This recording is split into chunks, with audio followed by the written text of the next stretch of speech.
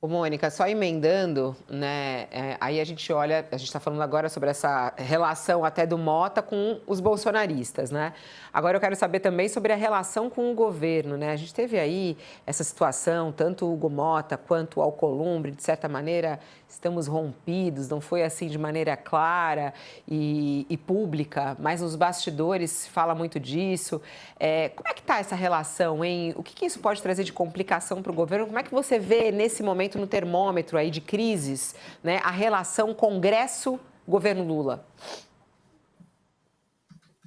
Tá um momento delicado, né. Agora essa relação do Lindbergh Farias com o Hugo Mota, o PT mudou, né, com a liderança do Berg, né. Quando você tinha outras lideranças anteriores a ele, faziam aliança com o Arthur Lira, faziam, ali acordos, e eram mais próximos, mais amigos, né, dessas lideranças do Centrão. Eu ouvi até de um deputado hoje cedo, o PT era o próprio Centrão em alguns momentos.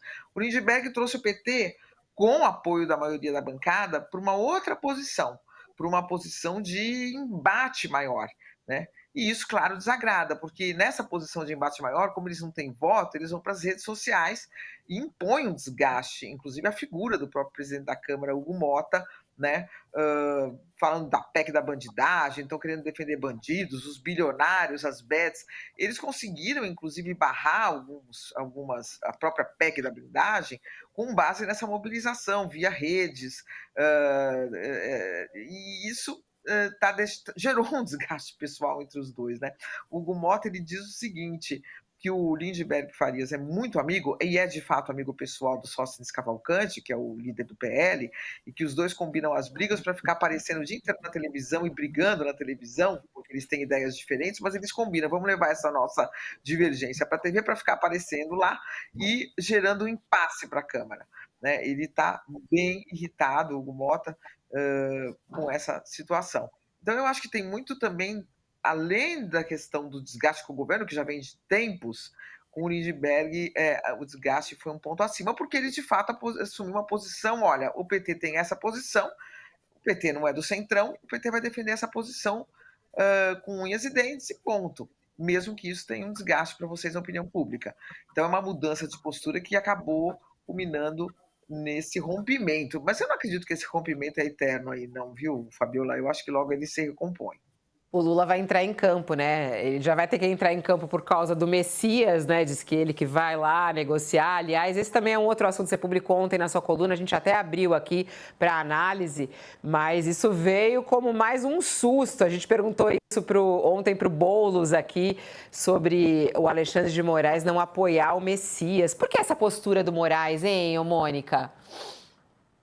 Olha, eu acho que o ministro Alexandre de Moraes é muito próximo do Davi Alcolumbre. A gente tem que lembrar que o Davi Alcolumbre, nos momentos em que os ministros do Supremo sofreram muita pressão, inclusive tinha pressão para botar em votação, impeachment contra os ministros do Supremo, quem segurou as pontas lá foi o Rodrigo Pacheco e o Davi Alcolumbre. Então há uma aliança da presidência do Senado com o Supremo, uma parte de ministros do Supremo Tribunal Federal para segurar ali, para montar uma barreira, né, de contenção a essas investidas contra os magistrados. E eu acho que, num primeiro momento, esses mesmos magistrados prestigiaram o Davi Alcolumbre. O Davi defende o Rodrigo Pacheco, o Davi quer colocar, né, o parlamento quer colocar. Porque o que acontece, né, Fabiola? Você tem hoje uma espécie de um semipresidencialismo no Brasil, né? E cada um com as suas atribuições. Um semiparlamentarismo, melhor dizendo. O parlamento está mandando muito no orçamento e o Lula segue com algumas prerrogativas, entre elas a de indicar ministro do Supremo. Só que o Supremo, a indicação do Lula, o Flávio Dino, foi para cima dessa atribuição do Congresso, de comandar o orçamento. Então o Congresso reage querendo colocar alguém dele lá dentro do Supremo também, para jogar esse jogo. Olha, tudo bem, esse é o jogo, eu quero colocar alguém meu aí. Mas o Lula não abriu mão da prerrogativa de ser ele a indicar. Bom, então, nesse quadro mais amplo, o que acontece? O Alexandre, sendo muito amigo do Rodrigo Pacheco e muito próximo do Davi, firmou essa aliança e está resistindo, né? Está resistindo a abrir mão né, a aceitar, quer dizer, que a prerrogativa é do Lula, que eu vi de outros ministros. Tudo bem, fomos lá, insistimos, falamos com o Lula, era para ser o Rodrigo Pacheco, era o nosso candidato, era o candidato do Alcolumbre, mas, de fato, a prerrogativa de escolher é do Lula. Escolhido, não tem por que os ministros ficarem fazendo carga contra o escolhido pelo Lula. Vamos agora deixar a coisa só com o Senado. Mas o Alexandre ainda estava, ou ainda está, aliado aí ao Davi Alcolumbre, que quer impor essa derrota ao governo. Eu ouvi de um ministro supremo isso, né? Até publiquei ontem, olha, o Alexandre vai voltar à razão, porque não faz sentido o Supremo ajudar a derrotar o governo nessa questão e abrir uma crise institucional, abrir uma crise que há muito não se vê entre Senado e governo, né? Então, outros ministros refluíram bastante. O Alexandre, até ontem, pelo menos, não tinha refluído. Eu perguntei, mandei mensagem para ele, para a assessoria, ele não respondeu, não quis falar sobre essa matéria, mas esse é o bastidor aí, Fabiola. O Alexandre é alinhado ao Davi. Agora, as coisas vão mudando. A gente está falando aqui, Fabiola, e é muito possível que já esteja tendo diálogo entre o governo, Lula e Alcolumbre, e a coisa arrefeça e o Messias possa ter uma aprovação. Ele tem muitos aliados no Senado, não é uma guerra perdida, embora pelo posicionamento do Davi possa aparecer. O Davi já queria colocar para votar hoje o nome dele, para já derrotar, não aconteceu. Então, esse primeiro embate, já o Davi, vamos dizer, não é que perdeu, mas já não conseguiu, né, colocar para derrotar, vamos fazer rapidamente, na terça-feira vota na CCJ, leva no plenário, eu vou subir na tribuna, eu vou votar contra ele abertamente. Nada disso está acontecendo essa semana. Pois é, Então, só as garganta, coisas... né? Às vezes é só o gargantão ali. Às vezes Bom, é só garganta, é, ou é isso, o tempo vai dizer, mas eles têm é. tempo aí para chegar a uma negociação aí para conseguir essa aprovação. Aliás, eu já ultrapassei o tempo com você que eu combinei. Eu combino com a Mônica, eu tenho que respeitar, porque agora ela é ainda mais chique. Saiu no jornal de hoje que, prestes a completar 105 anos, o jornal Folha de São Paulo muda o seu conselho editorial. E agora, no time do conselho editorial da Folha de São Paulo, está ela, Mônica Bergamo, a nossa rainha aqui do All News também. Obrigada, Mônica, por estar aqui hoje. Parabéns, um beijo. Obrigada para todos, gente. Um beijo. Vamos, Tchau, tchau. Seguimos aqui com o Josias e com o Sakamoto. Vamos pegar o gancho nessa história da crise do governo com o Congresso. Ontem à noite, até o Sakamoto estava na entrevista, né, com o Lindenberg. Sim. Sakamoto estava na entrevista ontem com o Lindenberg, no nosso All News da segunda edição, que começa às 5 horas da tarde, apresentado por Diego Saza e com a participação de Dani Lima, Sakamoto. E entrevistou ontem o Lindenberg Faria para falar justamente sobre esse rompimento, né, que foi dito aí por Hugo Mota, dizendo não vou mais conversar. E aí o presidente, o líder do PT na Câmara, o deputado Lindenberg Farias, chamou de imatura essa decisão do presidente da Casa de romper relações com ele. O petista disse na entrevista aqui no News que Mota precisa atuar de forma menos errática. Vamos ouvi-lo. Olha, a política aqui, eu não encaro isso aqui como um clube de amigos. Isso aqui eu tenho uma relação institucional, política, como líder do PT. Eu acho, sinceramente, que foi uma reação imatura por parte do presidente da Câmara. Você sabe que, no meu aspecto, Sakamoto, Dani, é um prazer estar falando com vocês. Eu sou muito previsível aqui, porque a gente defende as nossas posições, as posições do governo do presidente Lula. O que a gente tem reclamado é justamente da imprevisibilidade. É uma crise, Josias? Como é que você vê essa situação? Primeiro aí com o Hugo Mota, né? Aí tem também a situação com o Alcolumbre. Está complicada a situação do governo? Pode-se dizer que está numa crise? Esse tipo de crise não costuma durar muito não, Fabiola. Estão em cartaz aí na Câmara e no Senado crises muito semelhantes, né? O Hugo Mota e o Davi Alcolumbre levaram ao palco praticamente, quase simultaneamente, um tipo exagerado de comédia. Isso existia na Idade Média, tem um nome, chama teatro farsesco, e nesse tipo de teatro, os personagens são meio caricaturais e eles provocam riso, encenando enredos meio grotescos, absurdos. No Senado, o Alcolumbre rompeu com o líder do governo, petista, Jacques Wagner, e na Câmara Hugo Mota brigou com o líder do PT, o Lindbergh Farias. Se a artilharia dos dois serve para alguma coisa, é para reforçar a percepção de que a política é o território da farsa. Falta coragem ao Hugo Mota e ao Davi Alcolumbre para atirar no Lula, porque os dois, o Lindbergh e o Jacques Wagner, não fizeram senão defender posições do Lula. O Alcolumbre se irritou porque ficou incomodado com o entusiasmo do Jacques Wagner diante da indicação do Jorge Messias para o Supremo, em detrimento do seu preferido, o Rodrigo Pacheco. A indicação foi do Lula, não do líder do governo. E não cabe ao Jacques Wagner, como líder do governo, senão enaltecer o Messias, defender a indicação feita pelo presidente. Então, se quer atirar em alguém, o Alcolumbre deve mirar um pouco mais para cima. O Hugo Mota ficou meio abespinhado porque o Lindbergh guerreou contra a escolha de um adversário do governo para ser relator do projeto do Lula, antifacção. Então, o líder do PT, ele seguiu o roteiro do Palácio do Planalto. O Lula chegou a telefonar para o plenário no dia da votação do relatório do Guilherme Derrite, que é um pupilo do Tarcísio de Freitas. O Lula ligou para o plenário para pedir à liderança do governo, do PT, que encaminhassem voto contra o texto. De novo, o Hugo Mota, se está irritado, ele precisa mirar no Lula, não no líder do PT. Esse é um bagrinho nessa disputa. Então, e quem não quiser fazer papel de bobo nesse teatro farsesco, Fabiola, precisa prestar atenção, precisa reparar, não no Jorge Messias, ou nessa proposta antifacção, ou qualquer outra rusga que possa haver na Câmara e no Senado. O pano desse teatro está impregnado dos vestígios daquela investigação da Polícia Federal em cima das arcas podres do Banco Marca. Há por toda parte digitais de oligarcas do Centrão.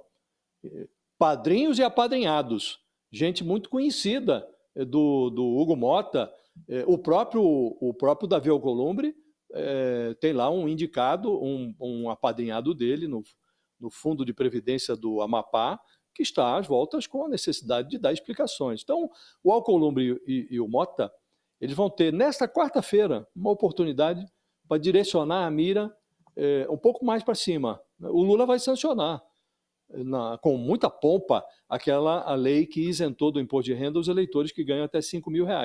Os dois foram convidados, os presidentes da Câmara e do Senado foram convidados. Então, eles podem se ausentar dessa solenidade e aí vão começar a ser levados a sério, porque aí vão começar a brigar com quem comanda o espetáculo da parte do governo, que é o Lula. Se forem lá à solenidade, aí vai potencializar essa impressão de teatro farsesco em que está envolta essa crise, essa hipotética crise na Câmara e no Senado, Fabiola. Quero te ouvir, Sakamoto. Ontem vocês entrevistaram o Lindbergh. Como que eles vão retomar isso? Porque esse rompimento é muito ruim para o governo, né? O rompimento vem também, como o José estava comentando, vem na esteira também do estremecimento entre o Alcolumbre e o Jacques Wagner, né, liderança no Senado. E o Hugo Mota pode ter se sentido soltinho e seguir o mesmo caminho, mas eu acho também que esse rompimento ele não dura muito, não. Né? Eu acredito que já está em curso o pessoal, já está ensinando o pessoal dos panos quentes, assim, para tentar restabelecer. Provavelmente o Hugo Mota vai pedir pro Lindbergh, falar, poxa, toma cuidado, não me ataca aqui, não me ataca ali, não me critica tanto publicamente. O Lindbergh também vai colocar suas ações na mesa. Só que o Lindbergh falou pra gente uma coisa ontem, pelo que o Lindbergh falou, olha, eu tô fazendo o que o Lula, o que o José até comentou também, eu tô fazendo o que o Lula quer. Eu tô fazendo o que o Lula o que está em consonância com a bancada e com o Lula. E aí tem gente no Congresso Nacional que reclama bastante, falando, o Lindbergh não é líder do governo, o Lindbergh é líder do partido. Só que nesse sentido, cada vez mais o partido está alinhado com o governo. Né? Por quê? Porque o PT sempre esteve mais à esquerda do que o governo Lula, que, por natureza, pelo menos no início, né, se apresentou como um governo, vou dizer um governo de coalizão, mas um governo que juntava diferentes pontos de vista. E o PT sempre foi mais à esquerda do que o governo, isso é fato. Só que aconteceu que não é que o PT mudou, é que o governo foi mais para a esquerda recentemente, na esteira do ano eleitoral que já está começando em breve. O governo começou a assumir determinadas posições, que são posições pensando nas eleições do ano que vem. Né? E aí isso, na verdade, se alinhou com determinados posicionamentos do próprio Partido dos Trabalhadores no Congresso Nacional. Então, o Lindenberg está, sim, alinhado com o Lula, está alinhado com o Sidônio, está alinhado com muita gente dentro do governo neste exato momento. Né? E aí, basicamente, o que foi colocado, bem, o Mota e o Alcolumbre brigam com o Jacques Wagner e com o Lindenberg, porque não vão brigar diretamente com quem? Com o Lula.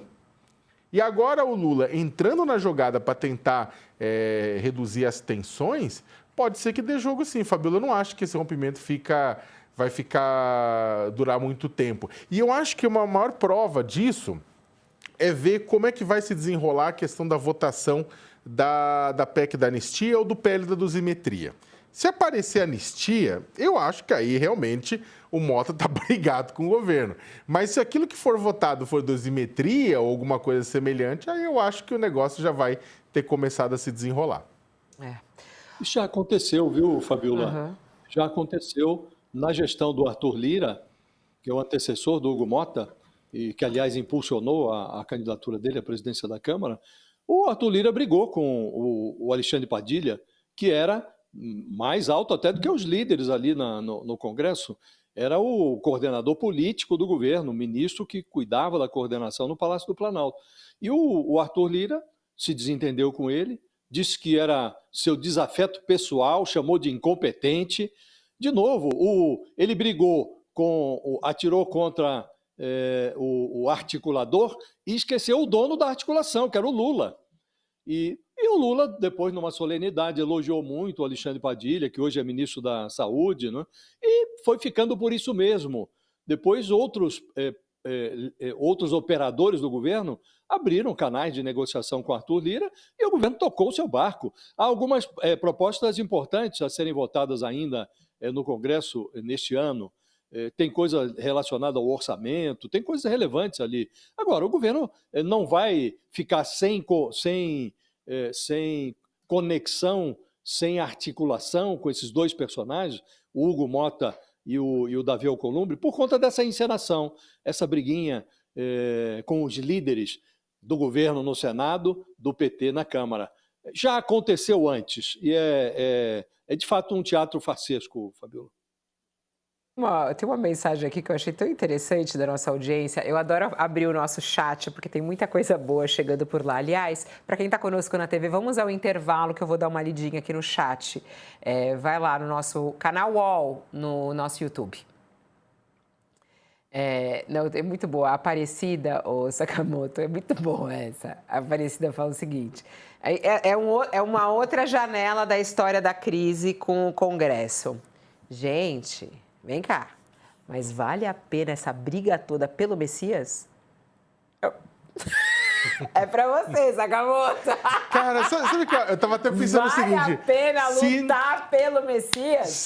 Tem gente que luta pelo Jair Messias, né? E o Lula luta pelo outro Messias, né? Tem sempre... Um lado ou outro tem sempre um Messias pra chamar de seu hoje, né? Em Brasília.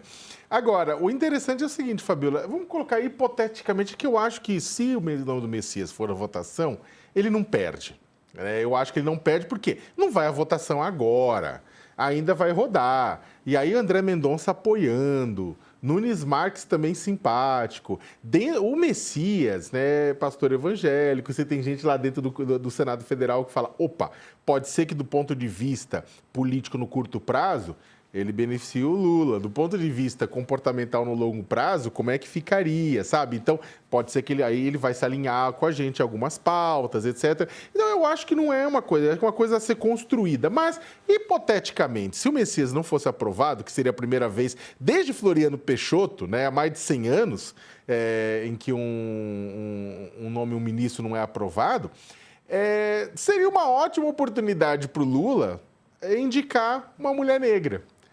Porque aí eu quero ver o Senado Federal vetar o nome de uma mulher negra, Fabiola. Imagina só, Né? O Senado Federal foi a primeira mulher negra indicada ao Supremo e o Senado Federal fala, quer não, quer homem branco. Aí o bicho vai pegar. Eu achei interessante essa pergunta da Aparecida, Josias, da nossa audiência, né? Mas será que vale a pena essa briga? Qual é a briga que o governo tem que comprar, né? Porque quando a gente está falando sobre esse rompimento e eles querem, estamos rompidos, aí você até fala, tem gente até falando assim, isso também dura pouco, tô com o Josias, basta abrir o cofre ali, solta ali uns Pix, né? E vai, né? Qual é a briga que o governo tem que comprar com o Congresso? O que realmente importa? O presidente indicou alguém para o Supremo, ele tem que guerrear para que essa indicação seja aprovada, né? Agora, de fato, se formos analisar friamente, nem o Jorge Messias, nem o Rodrigo Pacheco são boas indicações. O Jorge Messias, ele está sendo indicado, e não estou dizendo que é um incompetente, não, está sendo indicado não pelos seus conhecimentos jurídicos, pela sua reputação, está sendo indicado porque é leal ao Lula.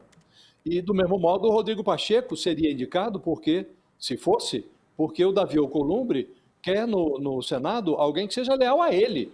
O Rodrigo Pacheco e o Davi Alcolumbre, durante o governo Bolsonaro, os dois construíram, junto com o Centrão, junto com o Arthur Lira na Câmara, o orçamento secreto. O Arthur Lira, durante a presidência dele no Senado, ele transferia a gestão, a gerência do orçamento secreto para o Davi Alcolumbre. Então, os dois têm as digitais no orçamento secreto, que agora está sendo dinamitado, está sendo torpedeado pelo ministro Flávio Dino, que foi enviado pelo Lula para o Supremo. Foi apertada a votação do Flávio Dino, foi aprovado ali, roçando na trave, né? E está lá o Flávio Dino dinamitando o orçamento secreto, emenda PIX. Então, ao Davi Alcolumbre interessa ter hoje no Supremo, alguém que faça um contraponto, alguém que participou com ele, que colocou a mão na massa na configuração desse orçamento secreto. Então, são todos interesses subalternos, são interesses que não homenageiam o interesse da sociedade, o interesse público. Aqui, o ideal seria que o presidente escolhesse um personagem que fosse realmente uma reputação acima de qualquer discussão, selecionado pelos seus incontestáveis méritos jurídicos, pela sua incontestável reputação, e indicasse esse nome, enviasse esse nome para o Congresso. Mas, nos últimos tempos, esse processo de escolha do ministro do Supremo foi muito abastardado. E é muito curioso como hoje os bolsonaristas erguem barricadas contra o Jorge Messias, porque o Bolsonaro foi, dos últimos presidentes, um dos que mais abastardaram o processo, um dos que mais desqualificaram o processo de escolha de ministro do Supremo. Escolheu um porque tomava tubaína com ele, converteu em ministro gorjeta, o ministro 10% de mim no Supremo, que foi o Nunes Marques. Escolheu o outro, também não pelos conhecimentos jurídicos, mas porque era terrivelmente evangélico, o André Mendonça. Então, não há autoridade hoje no bolsonarismo para contestar as escolhas do Lula. Agora, até pelo efeito da escolha, o efeito futuro, Fabiola, essa discussão toda ela é muito precária, porque a lealdade do ministro a quem o indicou, depois que a toga é acomodada sobre o seu ombro, passa a ser uma abstração. Com o tempo, ela vai se diluindo, essa lealdade. Pode existir, pode não existir. Então, o melhor seria que os presidentes apostassem na qualificação. Nesse momento, como realçou o Sakamoto há pouco, o que se esperava é que, com uma mulher apenas no Supremo, que o presidente aproveitasse nessa sua terceira oportunidade, caiu no colo de presente, porque o ministro Luiz Roberto Barroso tinha mais 8 anos de mandato no Supremo. Então, ao se aposentar prematuramente, presenteou o Lula com a possibilidade de indicar um terceiro ministro nesse terceiro mandato. O presidente poderia ter aproveitado o mimo que o destino lhe entregou para presentear a sociedade brasileira com uma ministra muito qualificada, que fosse do sexo feminino.